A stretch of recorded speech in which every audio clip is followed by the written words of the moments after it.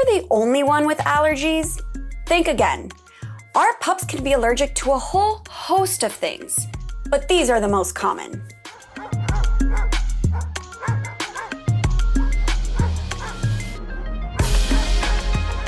Welcome back to Alpha Pop, your destination for everything dog. I'm Bernie Zilio, and I'm on a mission to answer every doggone question you have ever had about your fur babies. And today we are talking about the 3 most common allergies in dogs. Fortunately for us, we have an expert with us today, Dr. Ross Bernstein. Dr. Ross is a seasoned veterinary professional and pet care expert. He earned his doctorate degree in veterinary medicine at UC Davis School of Veterinary Medicine, and his work has been featured in several industry-leading publications, including the Journal of Veterinary Surgery. He is our go-to vet for everything we want and need to know about our fur babies. So welcome back to Alpha Pod, Dr. Ross. Hey, Bernie. How's it going? Good. Thank you for being here. I love your Snazzy shirt. New haircut. Look at us throwing compliments at the same time. Let's go. So let's get right into it. Apparently, our dogs can have a ton of different allergies. But before we get into the different types, I want to know what kind of symptoms we should be looking out for. The most common clinical sign or thing that you'll see at home for allergies is licking and chewing their paws, scratching their ears, redness or itching all over their belly, scratching or itching on their lower back, sometimes even hair loss on their lower back, sometimes scooting. There's different places that they can become itchy that are more consistent with allergies to certain allergens. So, we'll get into that. But yeah, they can certainly, itching is going to be the biggest one. If it's a food allergy, which we'll get into later, you can also sometimes see vomiting and diarrhea.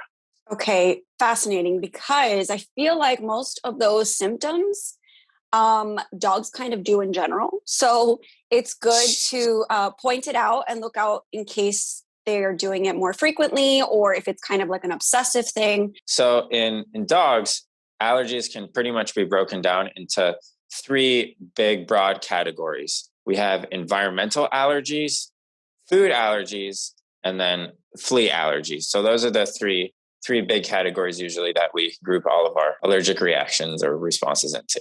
Okay, I like it. Very comprehensive. Okay, so we have 3 main categories. The first one you mentioned is environmental allergens. Can you explain what some of those might be, Dr. Ross? Yeah, so anything that your dog comes into contact with, whether it's something that they're stepping in, lying in, or something that they're running around in, like the grass outside. Could be grass, could be pollen, could be dust, could be your carpet. Really, it could be anything in their environment. Sometimes these allergies are what's called seasonal. So if a dog is allergic to pollen, then you might see that they become more itchy or start licking their paws more in seasons when there's a lot more pollen or flowers are blooming. So sometimes in spring or summer, and then the allergies back down a bit in the fall and winter. Some of the most common signs that we see kind of going along with that is if they're walking in the pollen or walking in the grass, they'll come back and lick and chew at their paws. So they can be very itchy in those places. Sometimes you'll see that if they're a white, fluffy dog, you can see from all that licking, they can get what's called saliva staining. So their paws can start to turn a little bit like purple, reddish color from all the licking. So those are some of the common signs that you can see. That's so interesting. I used to have a Maltese, and those white, fluffy dogs, I've noticed that discoloration on their paws, and I never put 2 and 2 together that it could be saliva staining. So seriously, I learn something new from you every day. But that's really good information. Thank you for sharing that. The second, I guess, most common, or one of the 3 most common allergens for dogs would be food. And I personally have experienced this with my own dog Pod. And I've actually come to find that a lot of dogs have food allergies. Can you kind of explain like what kind of food allergens can be present in our dogs? Yeah, so in dogs, food allergies is another big one. Some of the signs that you might see can be vomiting, can be diarrhea. It can also be what's called a food intolerance, which is slightly different to an allergy, but I would say it's probably beyond the scope of this discussion. But as well as that, they can also sometimes have itching. So whether that's a diffuse, generalized itch, or the medical word for that is pruritus. They can also have itchy ears. So if you're seeing them that they get chronic ear infections, that you treat the ear infections, but they just keep coming back, then you might start thinking about that your dog has a food allergy.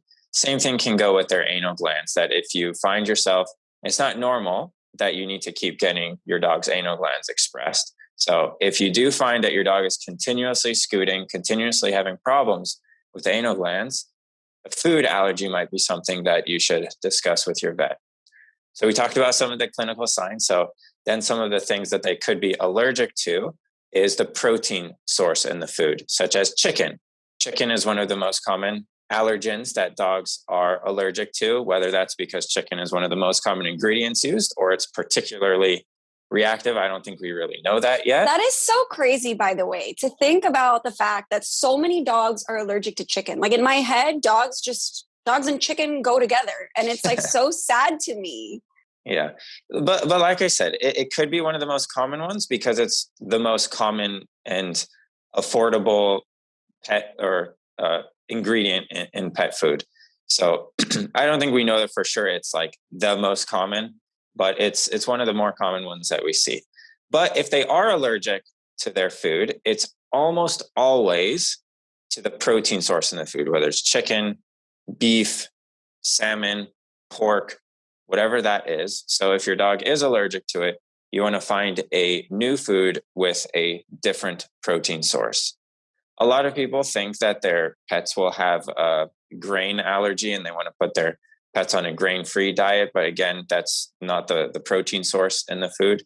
So that's not really, you can try it, but the percentage of dogs that are going to have a grain or gluten allergy intolerance does not nearly match the amount of dogs that are eating grain-free diets.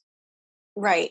And I'm so glad we touched upon this. I know we've spoken about food a million times, but I have learned so much. And just the fact that you've mentioned before, it's much easier to figure out what your dog is allergic to if they have if their food has one protein source. So if your dog is eating something with like chicken and no other protein sources, and he or she's not reacting very well, try fish or lamb. So I have very much benefited from that little nugget of advice. So I appreciate it.